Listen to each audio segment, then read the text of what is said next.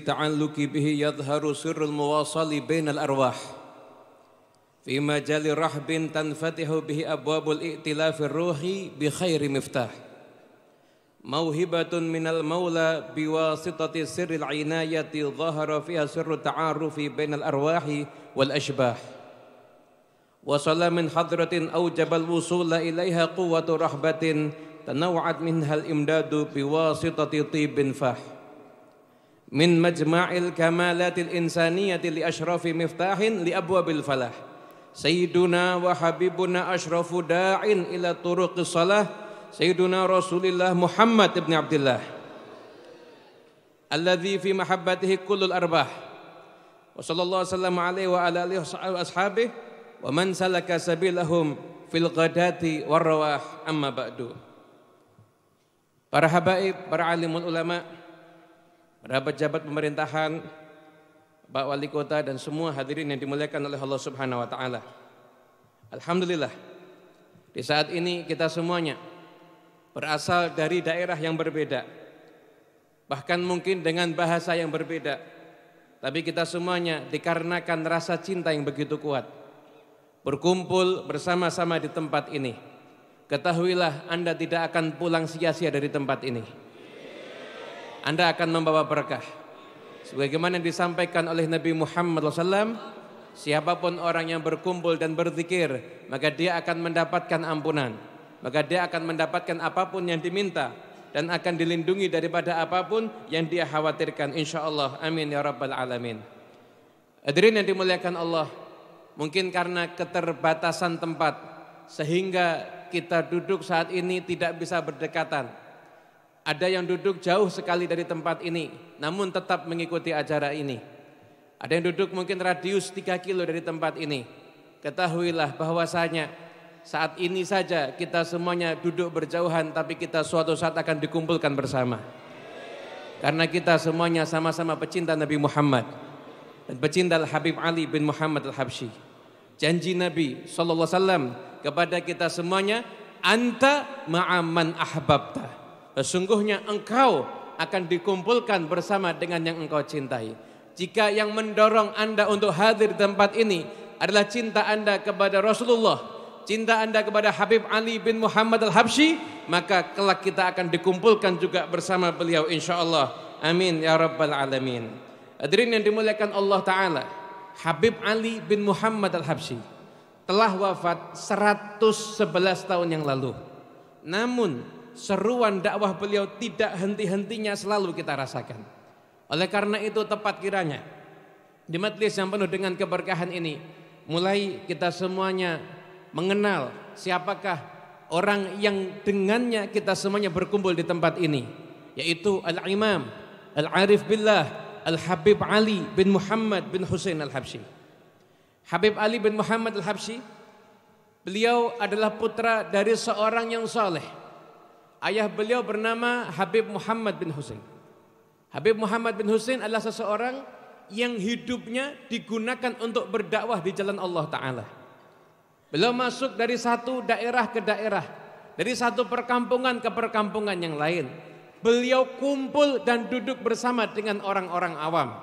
Bahkan Habib Muhammad bin Husain ketika beliau berdakwah, beliau mengajak muridnya, kemudian mengumpulkan petani yang apabila diajak untuk majelis taklim mungkin dia susah, diajak untuk berkumpul belajar mungkin dia susah. Maka Habib Muhammad bin Husain bawa muridnya disuruh menggantikan petani itu bekerja, dan petani itu duduk di hadapan Habib Muhammad bin Husain, belajar wudhu, belajar sholat, belajar menata hati, belajar agar caranya gimana menjadi orang yang mulia di sisi Allah Subhanahu wa taala. Hidupnya digunakan untuk berdakwah.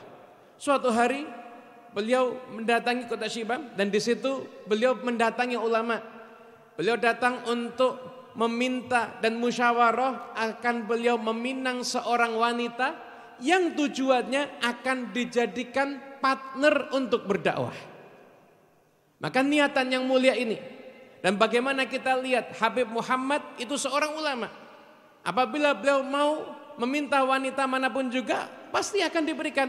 Namun beliau musyawarah sama ulama.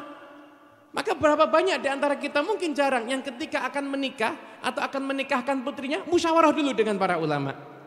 Ini Habib Muhammad bin Husain musyawarah dengan para ulama, kemudian ditunjukkan ini ada seorang perempuan dan ini akan bisa menjadi partnermu di dalam berdakwah di jalan Allah Ta'ala.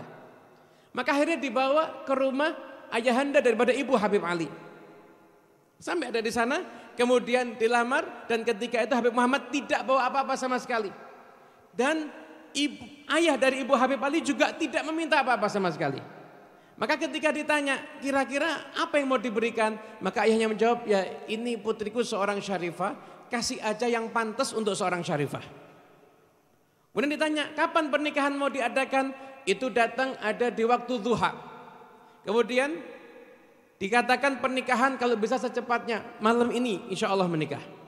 Maka kata ayahanda daripada ibu Habib Ali, ya disampaikan kepada putrinya, dan putrinya nggak kenal sama Habib Muhammad, namun putrinya percaya dengan orang tuanya.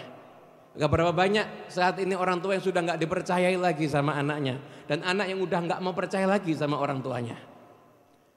Kemudian karena pilihan ayahnya nggak kenal, maka mengatakan siap, dan malam itu juga dilaksanakan pernikahan. Besok subuhnya Habib Muhammad telah membawa istrinya untuk pergi berdakwah dalam keadaan keluarga istrinya bahagia dan istrinya pun juga bahagia. Berdakwah, dan ketika itu terjadi omongan-omongan orang yang mengatakan bahwasanya ini kasihan, pernikahan tidak meriah, pernikahan dan lain sebagainya. Maka berdakwah berjalan tidak lama, maka Habib Muhammad bin Husain mengirim surat kepada seorang ulama yang tadi memintakan istri untuk beliau. Dikatakan bahwasanya istriku Datu Alawiyah binti Husain Al-Hadi Al-Jufri, beliau berdakwah di kalangan perempuan-perempuan, berjumpa dengan seorang wanita yang usianya 80 tahun, seumur hidup tidak pernah sholat. Maka diajari caranya sholat, diajari caranya berwudu, diajari caranya bersuci. Maka wanita tersebut baru bisa sholat, nggak lama meninggal dalam keadaan mengerjakan sholat. Maka begitu surat itu diterima, Habib Ahmad bin Umar bin Semit di mimbar beliau menyampaikan, wahai orang-orang yang mengatakan bahwasanya pernikahan Muhammad bin Husain dengan Alawiyah tidak dirayakan dengan meriah, tidak dirayakan dengan selayaknya, ketahuilah ini hasil daripada pernikahan itu. Dibacakan suratnya, lalu Habib Ahmad bin Umar bin Semit, seorang ulama yang terkemuka di kota itu, menyampaikan sesungguhnya pernikahan apabila semacam ini, maka yang layak meramaikan bukan manusia di dunia, akan tetapi malaikatnya Allah Ta'ala. Karena pernikahan dengan tujuan yang mulia, manusia yang mulia, dan akhirnya melahirkan anak yang luar biasa, yaitu Habib Ali bin Muhammad Al-Habsyi. Habib Ali lahir di kota Qasam, kota yang kecil, pada hari Jumat tanggal 24 Syawal tahun 1259 Hijriah. Ketika Habib Ali lahir, di mana ayah beliau berada? Ayah beliau yang seorang ulama, seorang dai, berada di majelis ilmu, berada di hadapan gurunya Al-Habib Abdullah bin Husain bin Tahir, penulis daripada kitab Sulamut Taufik, yang mana karangan kitabnya dibaca terutama di pondok-pondok pesantren yang ada. Maka begitu dapat kabar kelahiran putranya, maka Habib Muhammad langsung memohon kepada gurunya untuk memberikan nama. Maka gurunya pun mengatakan, namakan putramu Ali, karena aku berharap dia akan mewarisi derajat tinggi dari Syekh Ali bin Alwi Khaliq Qasam, seorang ulama yang ucapan salamnya dijawab oleh Rasulullah SAW. Hadirin, ucapan ini bukan basa-basi. Ucapan ini, doa ini namakan Ali, dan doa ini bukan basa-basi. Ini yang menyampaikan Habib Abdullah bin Husain bin Tahir, seseorang yang wiridnya sehari 25.000 la ilaha illallah, 25.000 ya Allah, 25.000 salawat kepada Nabi Muhammad. Salat malamnya 10 juz Al-Quran, salat duhanya 8 juz Al-Quran. Manusia yang hatinya suci, ketika mendoakan pasti doa yang terbaik keluar dari lisannya. Dan betul, akhirnya karena barokah daripada doa tersebut, maka Habib Ali bin Muhammad Al-Habsyi tumbuh dewasa, menjadi anak yang soleh. Ayahnya keluar pergi berdakwah dan beliau berada di bawah bimbingan ibunya. Di usia Habib Ali yang ke-17 tahun, Habib Ali diminta oleh ayahnya untuk pergi ke Mekah. Karena di usia 7 tahun Habib Ali, beliau udah nggak jumpa lagi sama ayah karena ayahnya berdakwah di Mekah. Usia 17 tahun ayahnya meminta beliau ke Mekah. Habib Ali kurang lebih tinggal selama 2 tahun ada di kota Mekah. mengambil ilmu dari para ulama yang ada di sana, utamanya dari ayahnya sendiri, juga mengambil ilmu dari para ulama yang lain seperti Syekh Ahmad Zaini Dahlan dan juga ulama-ulama yang lainnya. Hingga akhirnya 2 tahun Habib Ali tinggal di Mekah, maka beliau pun kemudian kembali lagi ke kota Sewun. Beliau berdakwah di kota Sewun, dan pertama kali beliau berdakwah, beliau mengajar ada di satu masjid, yang masjid itu dinamakan Masjid Hambal. Masjid itu makmur karena Habib Ali. Di masjid itu setiap Habib Ali mengajar, baik mengajar ilmu nahwu atau mengajar ilmu fikih atau mengajar ilmu-ilmu yang lainnya, di masjid itu setiap Habib Ali mengajar, maka di situ ada 400 orang yang menghadiri majelisnya Habib Ali. Dan itu yaumian, itu setiap hari 400 orang hadir majelisnya Habib Ali. Kemudian Habib Ali juga pernah menceritakan bagaimana pengalaman beliau ketika beliau memulai dakwah di Masjid Hambal. Beliau mengatakan sesungguhnya tetangga-tetangga Masjid Hambal ini adalah orang-orang bisnismen tapi soleh. Ada Abdullah Basalamah, bisnismen tapi soleh. Banyak ulama memuji beliau. Setiap Habib Ali masuk ke masjid, maka beliau sudah ada masuk masjid di malam hari, yaitu sebelum waktu subuh, maka sudah ada Abdullah Basalamah, beliau membaca Al-Quran ada di masjid. Kemudian ada juga Syekh Husin Babher, ada juga Syekh Muhammad Al-Khatib. Itu ulama-ulama semuanya wiridnya 5 juz Al-Quran setiap malam, sholat malam sekian puluh kali. Itu wiridannya mereka semuanya. Maka Anda bisa bayangkan betapa makmurnya saat itu. Habib Ali berdakwah dan berdakwah terus. Habib Ali juga punya kontribusi sosial di masyarakat yang tidak kecil. Di zaman Al-Habib Ali bin Muhammad Al-Habsyi, dikatakan di kota Sewun tempat beliau tinggal, hampir-hampir, bukan tidak ada sama sekali, hampir-hampir dari ujung ke ujung tidak ada orang yang berselisih ataupun bermusuhan. Kalau sampai terjadi permusuhan, maka akan segera didudukkan dan kemudian didamaikan. Bahkan ketika krisis, mungkin banyak sekarang ada yang mengkhawatirkan akan terjadi krisis dan lain sebagainya.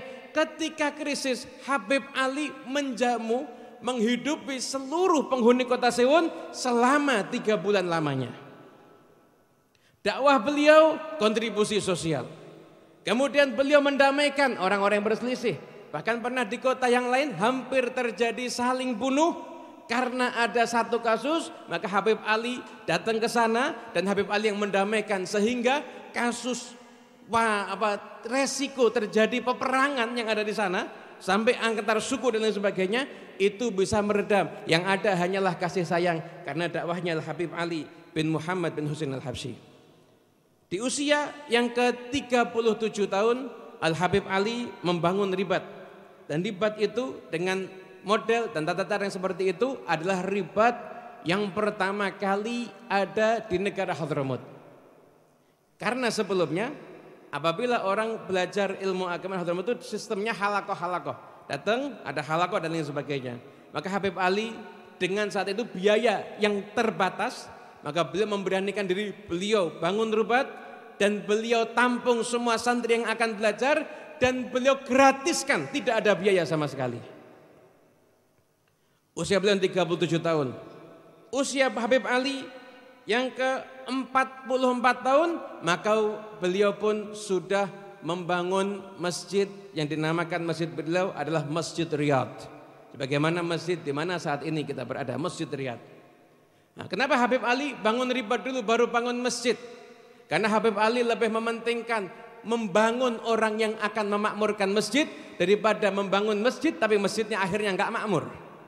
Tapi dibangunkan orang-orang yang akan memakmurkan masjid, kemudian setelah itu usia 44 tahun dibangun masjidnya dan masjidnya itu makmur dengan ilmu, makmur dengan amal-amal soleh. Habib Ali di antara keistimewaan beliau itu mendapatkan gelar Hamilu Liwa'i Mahabbatil Muhammadiyah, pemegang bendera cinta kepada Nabi Muhammad SAW. Habib Ali bukan hanya sekedar orang yang Allah karuniakan derajat yang tinggi bisa mimpi berjumpa dengan Nabi Muhammad. Namun lebih daripada itu, Habib Ali bisa berjumpa langsung dengan Rasulullah dalam keadaan terjaga. Bukankah Rasul sudah wafat? Gimana kok bisa ketemu Nabi dalam keadaan terjaga? seandainya Nabi nggak pernah menyampaikan, maka kita pun juga nggak akan tahu. Tapi sesungguhnya Rasul sudah menyampaikan dalam sabdanya, man ra'ani fil manam fasayarani fil yaqadhah. Barang siapa yang berjumpa aku di dalam mimpinya, maka dia akan berjumpa denganku dalam keadaan terjaga. Karena sesungguhnya Nabi Muhammad SAW, beliau tidak mati. Beliau hanya berbeda alam dengan kita semuanya. Apabila seseorang yang mati syahid dikatakan bal ahya'un inda rabbihim yurzaqun, maka apalagi dengan orang yang mengajarkan ilmu tentang kesyahidan, yaitu Rasulullah sallallahu alaihi wasallam, maka beliau pun juga hidup di sisi Tuhannya dalam keadaan mendapatkan rezeki. Maka mungkin saja untuk orang-orang yang istimewa bisa berjumpa Nabi dalam keadaan terjaga. Habib Ali di usianya yang belum genap 22 tahun ketika itu, beliau ketika berziarah ke makam Rasulullah SAW, maka beliau berjumpa Nabi dalam keadaan terjaga. Maka Nabi berkata pada Habib Ali, amma tardha ya Ali, apakah engkau tidak ridha wahai Ali? Sesungguhnya amalmu dan amalnya semua sahabatmu diterima oleh Allah Subhanahu wa taala. Semoga Allah catat kita jadi sahabatnya Habib Ali insyaallah. Amalmu dan amal sahabatmu, Anda bisa bayangkan betapa mulianya. Ini Habib Ali mulia, sahabatnya ikut dimuliakan sama Allah Ta'ala, diterima amalnya oleh Allah Subhanahu Wa Ta'ala. Bahkan dalam kisah yang lain sangat banyak peristiwa tentang bagaimana hubungan cinta Habib Ali dengan Rasulullah SAW. Namun tidak akan semuanya saya uraikan di sini karena keterbatasan waktu tentunya. Dikisahkan ada seseorang dari Maroko, orang yang soleh, berziarah ke kota Madinah dan berziarah ke makam Nabi Muhammad SAW.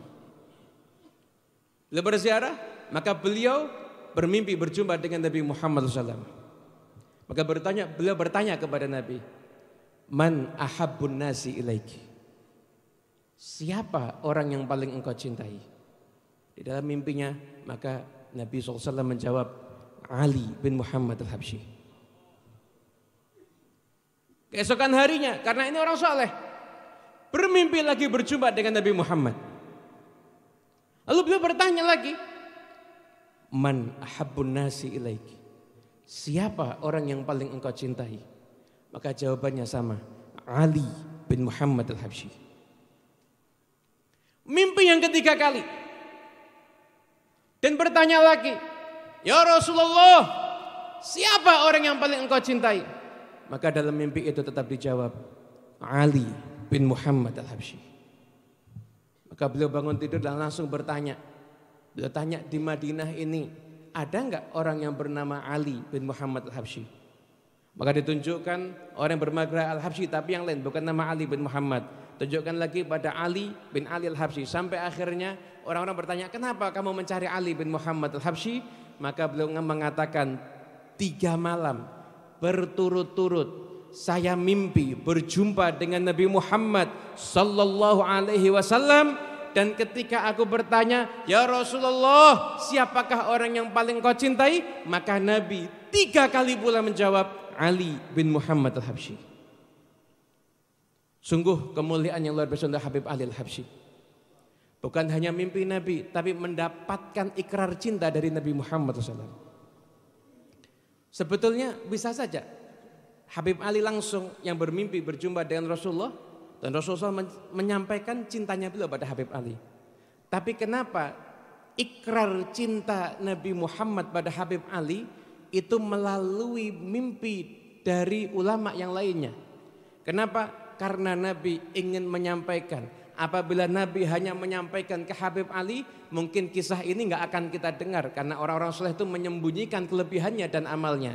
Tapi karena ini disampaikan kepada ulama yang lain, dan dia akhirnya mencari, kisah ini tersebar seakan-akan Nabi mau mengumumkan kepada yang hidup di masa itu, kepada yang hidup di masa ini, dan kepada yang hidup di masa yang akan datang, bahwasanya pernah hidup seseorang yang bernama Ali bin Muhammad al-Habsyi, dan dia adalah orang yang paling dicintai Nabi Muhammad ada di zamannya.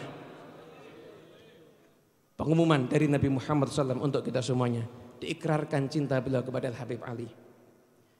Kalau Anda bertanya, Kok bisa Habib Ali sampai mendapatkan derajat yang seperti itu? Hadirin yang dimuliakan Allah. Habib Ali. Ketika beliau ziarah ke makam Nabi, dan ketika aktivitasnya sehari-hari, beliau satu hari 7 kali khatam Dalailul Khairat. Kalau sholat tarawih, beliau satu malam 10 juz. Setiap sholat, maka setiap rakaat setengah juz, setiap rakaat setengah juz. Satu malam 10 juz, 3 hari sekali khatam Quran di dalam bacaan sholat tarawihnya. Siapa di antara kita yang ketika menuntut ilmu menghafalkan 12 syarah minhaj di luar kepala? Siapa di antara kita yang ketika usia belianya dikatakan oleh ibunya di hadapan oleh para ulama yang ada saat itu, Ibu Habib Ali mengatakan kepada mereka, kalian semuanya menjadi saksi, aku ridho kepada anakku Ali. Siapa di antara kita yang sudah dapat perkataan itu dari ibu kita? Ibu kita mengatakan di depan orang banyak, aku ridho kepada putraku fulan. Habib Ali mendapatkan ridho ibunya ini bukan tiba-tiba, tapi karena perjuangan. Beliau nggak pernah menentang ibunya. Bahkan beliau mengatakan, saya ini nggak pernah merasa punya harta ketika ibu saya masih hidup. Kenapa? Semuanya milik ibu saya. Bahkan kalau ibu saya itu mau bawa saya ke pasar dan saya dijual sebagai budak, maka saya akan mengaku saya sebagai budak dan saya akan siap untuk dijual. Pantas kalau mendapatkan ikrar cinta dari Nabi Muhammad SAW. Siapa di antara kita yang menghiasi waktu-waktunya dengan beribadah di jalan Allah Ta'ala? Siapa di antara kita yang memiliki hati yang mulia sebagaimana hatinya Habib Ali? Beliau adalah Habib Ali bin Muhammad Al-Habsyi. Setiap malam mendoakan semua orang yang memusuhi beliau seperti mendoakan orang yang cinta kepada beliau. Siapa yang punya hati seperti itu? Hati yang pemaaf. Bahkan bukan cuma memaafkan kesalahan orang lain, akan tetapi juga memberikan kebaikan kepada orang lain, bahkan kepada orang yang memusuhi beliau.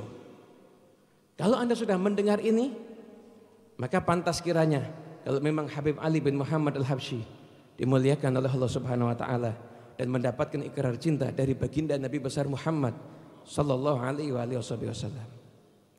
Di usia beliau yang ke-68 tahun, Habib Ali menuliskan ekspresi cintanya pada Rasulullah. Beliau gubah Maulid Simtud Duror. Bukan dikarang seperti orang menulis buku saat ini. Namun Maulid Simtud Duror, Habib Ali duduk dan beliau mengucapkan, mendiktekan pada putranya dan putranya yang menulis. 3 kali majelis, jadilah buku Maulid Simtud Duror sebagaimana yang sering kita baca. Ketika maulid ini jadi, maka Habib Ali mulai membaca di rumah murid-muridnya. Dan ada salah seorang daripada murid Habib Ali membawa catatan Simtud Duror, dia salin dengan tangannya, kemudian dibawa ziarah ke makam Nabi Muhammad SAW. Murid ini akan membacakan Simtud Duror dan pertama kalinya ketika itu dibacakan di makam Rasulullah SAW. Dibaca Simtud Duror di makam Rasulullah SAW, maka selesai murid tersebut membaca Maulid Simtud Duror, maka dalam duduknya dia tertidur dan bermimpi berjumpa dengan Nabi Muhammad SAW. Dia melihat Nabi datang keluar dari makamnya, diambil Maulid Simtud Duror, kemudian dibaca oleh Rasulullah SAW dari awal sampai akhir. Jadi kalau Anda sudah sering mendengar Maulid Simtud Duror, bahkan Anda baca di rumah-rumah Anda atau mungkin di majlis-majlis Anda, ketahuilah setiap lafaz ibarah yang ada di Maulid Simtud Duror sudah mendapatkan ridho dari Nabi Muhammad SAW. Oleh karena itu pantas kiranya kalau Simtud Duror semakin lama semakin tersebar, dibaca ada di mana-mana, dan insya Allah sebagaimana itu ekspresi cinta Habib Ali kepada Nabi, maka insya Allah siapapun yang membaca Simtud Duror akan mendapatkan berkahnya Rasulullah SAW. Membaca Simtud Duror juga harus mengikuti tata acara yang benar. Ketika Maulid Simtud Duror itu dibacakan, maka jangan sampai fasal wahina baroza sallallahu alaihi wasallam itu enggak dibaca. Karena itu termasuk bagian inti daripada kisah kelahiran Nabi Muhammad. Hadirin yang dimuliakan Allah Ta'ala, kemudian Habib Ali juga punya banyak murid. Maka murid Habib Ali tersebar, ada di Indonesia ini, tersebar banyak sekali di Nusantara. Ada murid Al-Habib Ali, Habib Muhammad bin Idrus Al-Habsyi yang ada di Surabaya. Ada murid Al-Habib Ali, itu Al-Habib Alawi bin Segaf As-Segaf yang ada di Pasuruan, yang merupakan guru daripada para kiai yang ada di Pasuruan. Kemudian ada pula murid Al-Habib Ali bin Muhammad Al-Habsyi, Habib Abu Bakar bin Muhammad As-Segaf yang dimakamkan di Masjid Jami' Gresik. Kemudian ada pula murid Al-Habib Ali bin Muhammad Al-Habsyi, Al-Habib Ali bin Abdurrahman Al-Habsyi Kuitang, Al-Habib Ali bin Husin Al-Attas, dan semua para ulama. Para ulama yang ada saat ini itu rata-rata mereka murid atau anak murid dari Habib Ali atau cucu murid daripada Habib Ali bin Muhammad Al-Habsyi. Lalu ditelusuri gurunya, dari gurunya sambung ke Habib Ali. Oleh karena itu acara Haul Solo ini menjadi satu magnet yang kuat dihadiri. Kenapa? Karena ikatan hati antar pengunjungnya itu kuat. Kenapa ikatan hati antar pengunjungnya kuat? Karena sanad keilmuan mereka sambung kepada ulama yang dihauli, yaitu Habib Ali bin Muhammad Al-Habsyi. Sehingga terjadi magnet yang kuat dan akhirnya dihadiri dari mana-mana, dari setiap tempat untuk mengambil berkah daripada Habib Ali bin Muhammad Al-Habsyi. Begitu juga dengan para ulama Nusantara yang lain. Ayah Habib Ali adalah seorang mufti Makkah, Habib Muhammad bin Husin Al-Habsyi. Ayah beliau, kakak beliau Habib Husin juga seorang mufti. Ipar beliau seorang ulama, Habib Alwi As-Segaf yang terkenal ada di kota Mekah. Dan para ulama Nusantara sanad keilmuannya tersambung sampai ke ayahanda Habib Ali. Di antaranya adalah Kiai Haji Hashim Asy'ari, pendiri Jam'iyah Nahdlatul Ulama. Beliau di dalam kitab Tasniful Asma dikatakan beliau berguru kepada Al-Habib Alawi As-Segaf, ipar Habib Ali, dan juga berguru pada Habib Husin bin Muhammad bin Husin Al-Habsyi, yang mana sanad keilmuannya sampai kepada ayahnya Habib Ali. Sehingga suatu hari Kiai Haji Hashim Asy'ari beliau mencari daripada keturunan gurunya yang ada di Indonesia saat itu. Maka Kiai Haji Hashim Asy'ari mendatangi Habib Alawi. Dan ketika Kiai Haji Hashim Asy'ari berguru kepada para habaib, maka itu menjadi suatu bukti bahwasanya seorang ulama tidak akan berguru kepada keturunan nabi yang palsu. Itu merupakan tanda bahwasanya para habaib sudah diakui adalah cucu Nabi Muhammad SAW. Berguru dengan para habaib, kemudian menjalin hubungan, gak cukup berguru, menjalin hubungan. Kiai Haji Hashim Asy'ari dari Jombang datang ke Solo, menjumpai Habib Alawi. Kemudian ketika berjumpa dengan Habib Alwi, inti daripada maksud beliau mau bersilaturahmi, dan beliau menyambung hubungan dan mengatakan, sesungguhnya aku adalah murid dari paman antum, yaitu Habib Husin bin Muhammad bin Husin Al-Habsyi. Bagaimana akhlak yang luar biasa ditunjukkan untuk menyambung hubungan dengan para ulama, menyambung hubungan dengan anak cucu Nabi Muhammad sallallahu alaihi wasallam. Karena siapapun yang berpegang dengan anak cucu Nabi, manhajnya mereka, maka tidak akan tersesat. Dua hal yang tidak akan terpisah sampai haud nanti, kitabullah wa itrati ahli baiti. Habib Ali pun juga bukan hanya punya hubungan dengan ulama yang masih hidup, bahkan juga dengan yang telah wafat. Yaitu dikisahkan di antaranya, selain Syekh Abu Bakar bin Salim, Syekh Umar bin Makhrumah, dan banyak ulama yang lainnya pula, Habib Ali punya hubungan yang erat dengan Syekh Abdul Qadir Al-Jailani. Salah seorang sahabat Habib Ali, Habib Abdul Qadir bin Qidban, beliau bermimpi 3 kali berjumpa dengan Syekh Abdul Qadir Al-Jailani. Dan Syekh Abdul Qadir Al-Jailani mengatakan, sampaikan salamku kepada Ali, dan katakan kepada Ali, aku mencintai dia. Dan sebut aku di majlis-majlisnya dia, maka dia pun akan aku sebut di majlis-majlisku. Maka Habib Abdul Qadir bin Qidban pun mendatangi Habib Ali dan seraya menyampaikan mimpi itu pada Habib Ali. Maka Habib Ali pun merasa bergembira mengatakan, apakah Syekh Abdul Qadir mencintaiku? Maka sejak saat itu di majlisnya Habib Ali bin Muhammad Al-Habsyi dibacakan manaqib daripada Syekh Abdul Qadir Al-Jailani. Bahkan di saat itu setiap ada orang yang datang untuk meminta berkah nama untuk putranya, maka Habib Ali memberikan nama Abdul Qadir. Dan banyak di antara diberikan nama Al-Habib Ali menjadi orang-orang yang luar biasa. Di antaranya Al-Habib Abdul Qadir bin Ahmad As-Segaf, yang kita tahu guru daripada para ulama. Di antaranya pula Imam Masjid As-Segaf, yaitu Al-Habib Abdul Qadir bin Abdurrahman As-Segaf yang beliau wafat dalam keadaan sujud. Wafat dalam keadaan sujud saat ada di masjid, di bagian masjid yang termulia di mihrab, ketika hari Jumat, di saat mengerjakan sholat Jumat, di sujud yang terakhir. Kemudian Al-Habib Abdul Qadir bin Umar Maula Khillah, Al-Habib Abdul Qadir bin Muhammad bin Al-Habib, dan banyak para ulama yang lahir daripada berkah nama tersebut yang menjadi ulama-ulama yang istimewa. Kemudian Habib Ali pada tanggal 20 Rabiul Tsani 1333 Hijriah, Habib Ali meninggalkan dunia yang fana ini menuju rahmat ilahi. Ya Allah, berilah Habib Ali sebaik-baik balasan. Tempatkanlah beliau di surga yang tinggi bersama para nabi dan orang-orang yang Kau cintai. Ya Rabb, ya Allah, saksikanlah bahwa kami semua mencintai Habib Ali, dan nanti kumpulkan kami bersama dengan Habib Ali dan Nabi Muhammad di surga nanti. Amin ya Rabbal Alamin.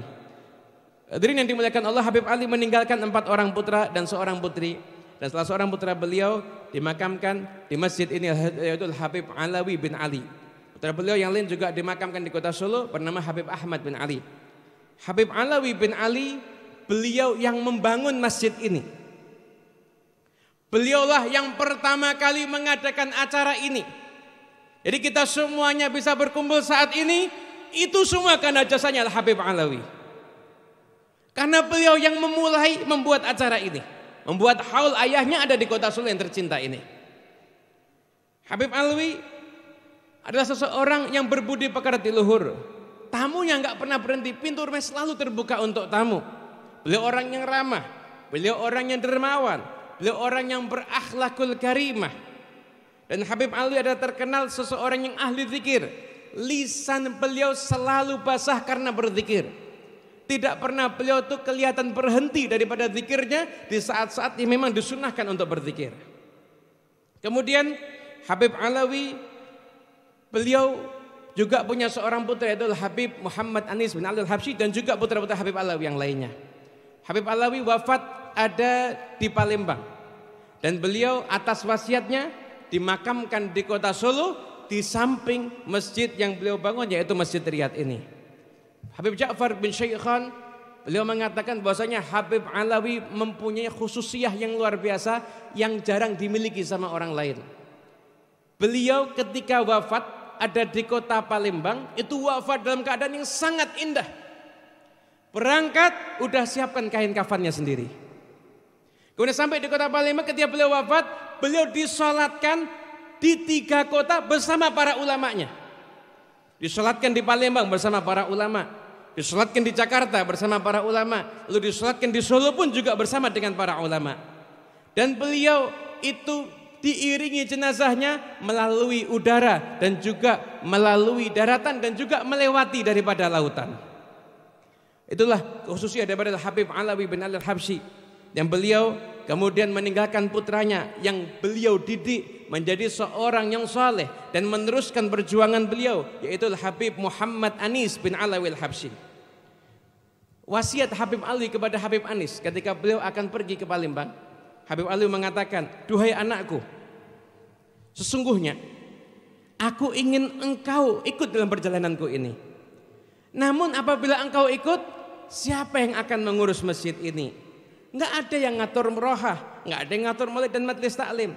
Begitu pula ibu dan saudara-saudaramu akan kesepian jika kita semua berangkat. Apabila engkau mau tinggal di sini, maka engkau akan menghibur mereka semuanya.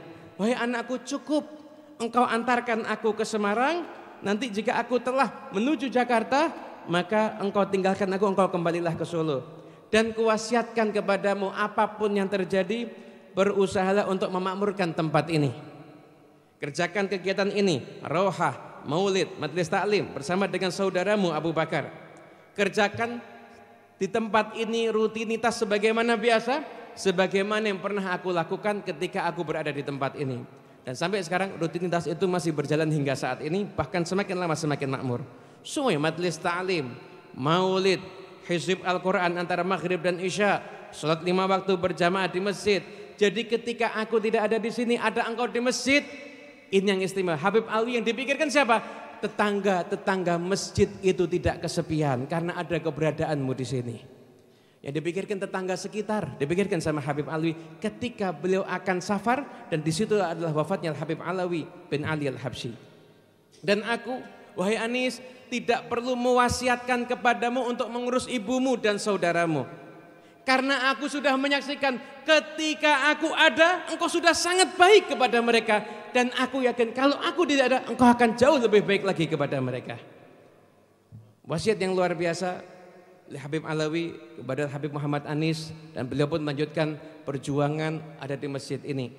Habib Anis bin Alawi Al-Habsyi, beliau yang merintis untuk menyambung hubungan lagi yang sempat terputus antara Nusantara ini dengan Hadramaut, negeri asal para wali songo. Ketika itu sempat terputus, maka Habib Anis berangkat bersama rombongan, kemudian berjumpa dengan Habib Abdul Qadir bin Ahmad dan para ulama yang lainnya, kemudian meminta dai yang masih muda untuk dibawa ke Indonesia dan untuk berdakwah di Indonesia, dan agar menyampaikan dakwah di sini, dan akhirnya membawa murid untuk belajar ada di Hadramaut sana, dan akhirnya dipilih Habib Umar bin Muhammad bin Salim bin Hafid, dan terus kesinambungan dakwah itu berlangsung sampai saat ini. Habib Anis adalah orang yang mewarisi akhlaknya Rasulullah. Salah satu yang paling menonjol dari beliau, setiap orang duduk dengan Habib Anis selalu merasa dirinya orang yang paling dicintai. Tiap orang yang duduk dengan beliau, siapapun merasa aku nih orang yang paling dicintai. Setiap orang. Karena betapa luhur akhlak beliau. Bahkan beliau amalnya yang luar biasa. Setiap hari hidupnya berzikir, memakmurkan masjid, membaca Al-Quran, menghatamkan Al-Quran, membaca kitab, memakmurkan majelis ilmu, bersilaturahmi. Beliau mengatakan, saya tidak punya amal apa-apa, saya hanya cinta kepada orang soleh, dan saya pun juga cinta kepada ilmu. Pada hari Senin 14 Syawal tahun 1427 Hijriah, Habib Anis berpulang ke rahmatullah. Dan beliau meninggalkan putra-putranya, melanjutkan perjuangan beliau di sini, memakmurkan tempat ini. Sebagaimana Habib Alawi memakmurkan tempat ini, maka sampai saat ini pun tempat ini selalu dimakmurkan. Sebagaimana dulu Habib Ali berhubungan dengan Syekh Abdul Qadir Al-Jailani, maka sampai sekarang pun yang ada di sini tidak bergeser sedikit pun. Setiap khatmul Quran malam 29 Ramadan di masjid ini dibacakan khutbahnya Syekh Abdul Qadir Al-Jailani. Oleh karena itu, maka kita berdoa memohon kepada Allah Subhanahu wa taala, ya Rabb ya Allah, berkat kekasihmu Nabi Muhammad SAW, ya Rabb ya Allah, berkat aulia Allah, berkatnya Habib Ali bin Muhammad Al-Habsyi, ya Rabb ya Allah, kami yang kumpul di tempat ini, ampuni semua dosa kami ya Allah, tutupilah semua aib kami ya Allah, ya Rabb ya Allah, bimbinglah kami ke jalan yang benar, ya Rabb ya Allah, ridhoilah kami semuanya, ya Rabb ya Allah, jadikan kami anak yang mendapatkan ridho kedua orang tua kami, ya Rabb ya Allah, jangan engkau wafatkan orang tua kami sebelum meridhoi kami semuanya, ya Rabb ya Allah, untuk orang tua kami yang sudah meninggal dunia, maka jadikan kuburnya taman daripada taman surga, jadikan kuburnya mendapatkan naungan rahmat-Mu ya Allah, terangi kuburnya ya Allah, sinari kuburnya ya Allah, ya Rabbi Allah, andai kata kami belum sempat berbakti kepada beliau semasa hidup kami, maka jadikanlah setelah wafatnya kami bisa menjadi anak yang berbakti kepada beliau.